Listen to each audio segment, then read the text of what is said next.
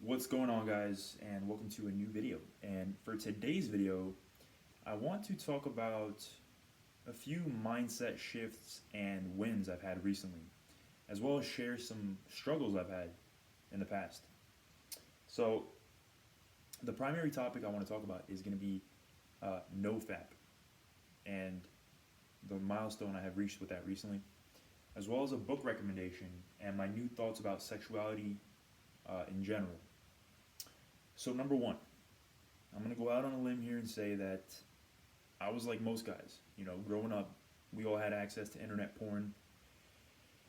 And if you're into any kind of this knowledge, then you'll know, and by this knowledge, I mean like the whole men's self development community, you'll know that, porn addiction is a big field of interest for a lot of guys because it's like, what is this shit causing to us? What's it doing to us? And a lot of guys are experiencing a lot of benefits from when they stop.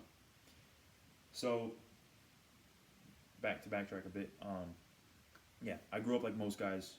We all had access to internet porn, and like smoking in the 50s, I guess. We didn't know it was bad for us. We just did it because everybody else was doing it and because it was easily available and because it felt good.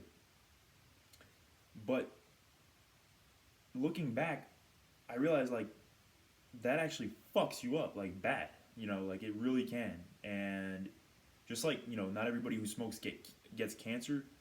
Not everybody who's had some serious addictions is necessarily going to be fucked for life, but it can have the capacity to kind of alter you.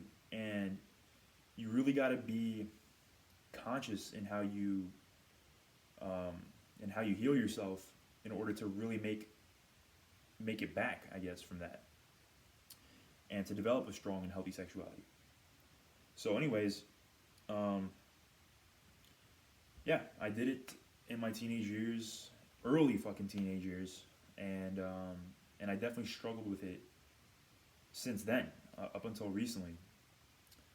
I mean, in the past few years, it hasn't been too big of an issue in terms of doing it every day, but occasionally I would kind of relapse on it, maybe 2 or 3 times a month. And when I did, I get so angry at myself that I basically go all out with it because I just get into this horrible downward spiral with it.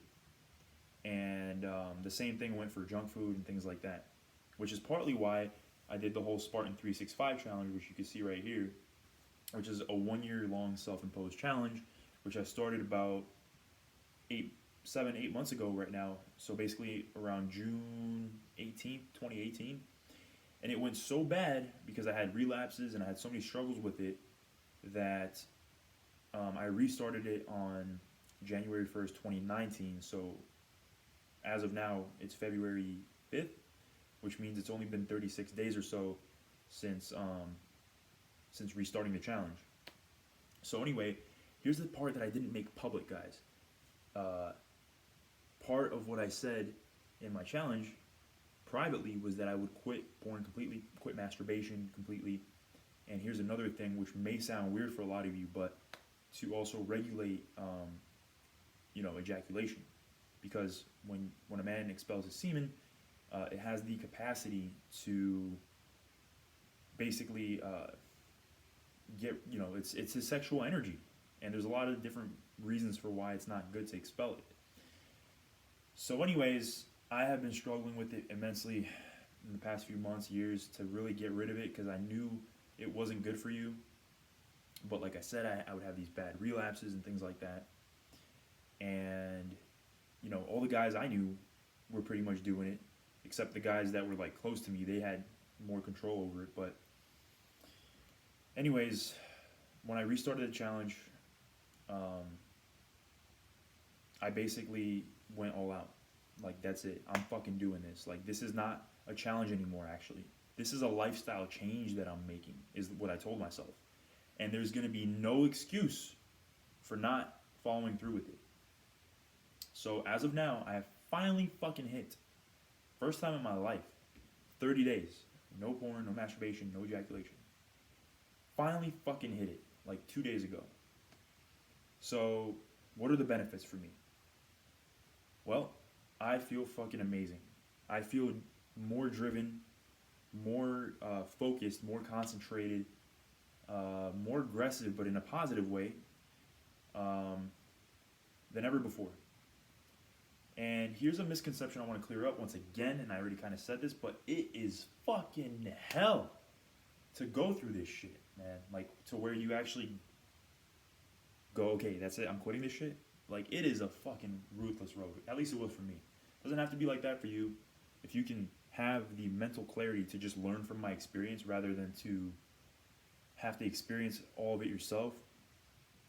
But yeah, it is fucking hell. So if you're gonna quit, expect to suffer. But guess what? Life is suffering in a lot of ways. So get used to it.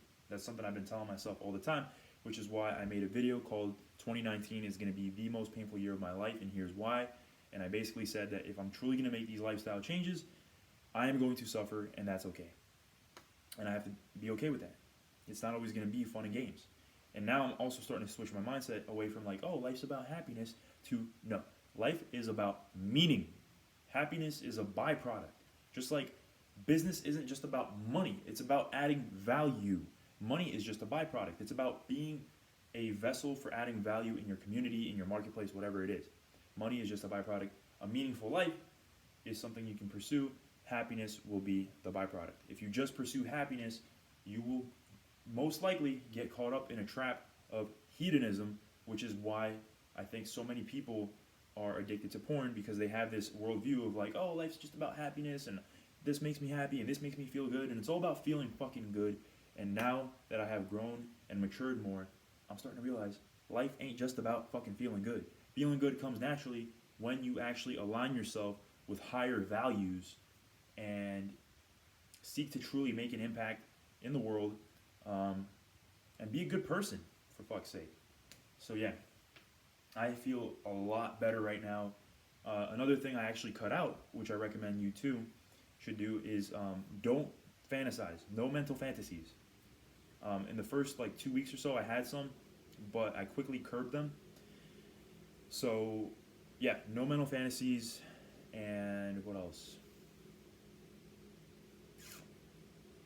Because here's a quote from David Data, author of The Way of the Superior Man. He said, a superior man does not let his sexual energy stagnate in swollen fantasies or appendages, aka boners. What he does is he circulates it. He breathes it in, breathes it out, lets it circulate throughout his entire body, and uses it to enliven himself and inspire himself to do even greater things on his purpose, essentially. So this doesn't mean you can't ever have a sexual thought. I don't think it's even possible not to. But what it does mean is that you don't fixate on it. You just let it flow through you. Appreciate it, like, thank God it's there, and if you see a woman that turns you on, thank God for her beauty, and use it to inspire, like, yes, like, women, they're awesome, cool. Yes, look how beautiful they are. Look at their form. Oh my God, like, look at their energy. Wow, like, be grateful for it, and infuse that with your sexual energy, and instead of like fixating on it like some fucking, perv, basically. And then some other thoughts are my new sort of mindset in regards to sexuality in general. And I actually heard this from Jordan Peterson, but he said that your sexuality should be regulated, aka you shouldn't just be haphazard with it. Don't just like jerk off to a million different porn scenes. Don't just hook up with a million different people. Don't just like throw your sexuality out there like that. It's not meant for that, because it's so powerful in terms of like association. Because when you masturbate or you come, essentially, you're associating that neurological explosion of dopamine and all these different things to whatever it is you're doing. So why just throw that out there? Like, no. And he has a pretty good point too about how you can't divorce sex from its socio-economical and all these different kinds of consequences. And his whole argument was that there's no such thing as casual sex, because sex can't possibly be casual, because it impacts so many different facets of our lives. I'm not exactly sure what my mindset is on that yet, but I'm starting to see what he's saying. Like, okay, maybe this whole like pleasure mindset, like just pursuing fuck buddies and casual encounters and spending all this time doing that, maybe it's not the best idea. maybe there's a better way to use my time. And that's what I'm saying is my new kind of mindset shift is like kind of moving away from that a bit more. Like I'm not as fixated on sex that much anymore, and I'm more fixated on like how can I truly, achieve my deepest like divine purpose essentially. How can I achieve my destiny? How can I integrate women into my life in a way that it fits harmoniously with the rest of it? In a way where the women in my life inspire me to do better and greater things. How can I do that? And also, how can I add more value to the women in my life? Right? How can I add more value to the women in my life? If you're just banging a girl and you're just leaving her, guess what you're doing? In most cases, you're kind of reinforcing a dynamic that has an underlying message, which is that she's just an object for your fucking satisfaction. And some guys might think that that's cool and alpha and all that, but I'm not so sure. If I had a daughter, I don't want some guy to just fucking use her as a napkin. I think that would actually fuck with her self-worth and her ability to attract higher quality partners in the future. Because if she goes out looking for a husband and the husband finds out that she was, being passed around the block, what impact do you think that's going to make on the men in her life that are high quality? They're going to go, nah. Right? And then that's going to impact her ability to find a good mate. It's going to make it harder for her, etc. So I kind of see what Jordan Peterson's getting at. Does this mean I'm becoming a fucking, what do we call those people? Amish? And I'm going to get settled down right now and at the ripe old age of 23 and get married and have kids? Probably not. Probably not. I know a lot of other things that come into play when it comes to age and things like that I don't want to do right now.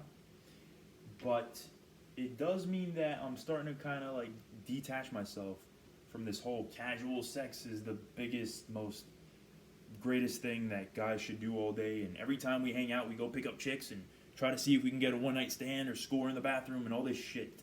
No. I want to increase my consciousness a little bit, which is going to lead me to do a book recommendation, which is this. Do me a favor. Go on fucking Amazon right now and buy this book. Cupid's Poison Arrow. Buy this fucking book. It was actually written by a woman. She is the wife of the guy that started the Your Brain on Porn blog. I think her name is Marnia Robinson. And oh my God, it's such a paradigm-shifting book. And one of the reasons why this Nofap cycle has been less stressful for me, because it talks about, not only does it talk about porn and stuff like that, but it also talks about relationships in general and how you can improve them through a more healthy approach to sexuality. And it's not like some weird, super politically correct talk about how you should manage yourself. No. It goes into like ancient fucking traditions like Tantra and sexual Taoism and Chinese fucking medicine and shit. And it tries to relate what those people were saying to science. And it shares a lot of scientific studies about hormones and how when you ejaculate excessively with your partner, you're basically going to resent her or him because whenever you ejaculate, it causes like a 2-week-long recovery period where you're irritable and moody. It just goes crazy in depth into all this stuff. And if you want to improve your sexuality, make it healthy again because you've been addicted to porn, or even if you're in a relationship or married or whatever, and you just want to have a better, stronger marriage with a better sex life, I would 100% recommend this book, Cupid's Poison Arrow. My God, what a great book. Like, I could barely even put it down. I'm almost done reading it. So that was it. Nofap. Read the book. So 30 days of Nofap, sorry. The benefits of it have been amazing. I'm trying to hit 90 days and then regulate myself better after that to probably 1 or 2 ejaculations per month tops. Improving my health, my sexuality in general, shifting my relationship to women in general, making it better, making it more high consciousness, and less about hedonism and instant gratification. And yeah, I think that was the gist of my message. So let me know what you guys think. I haven't spoke about this subject much on my YouTube channel yet, But I think that this is such a core kind of mindset to embody when it comes to your journey of development as a masculine man who is proud of his masculinity, who is on a mission, who wants to create impact, who wants to use his time wisely, who wants to have the most optimal life, not only in terms of just masculinity, but in terms of everything, in terms of business, in terms of relationships, in terms of health, in terms of everything. So, yeah, I think I shared enough information for you guys to get going. Peace.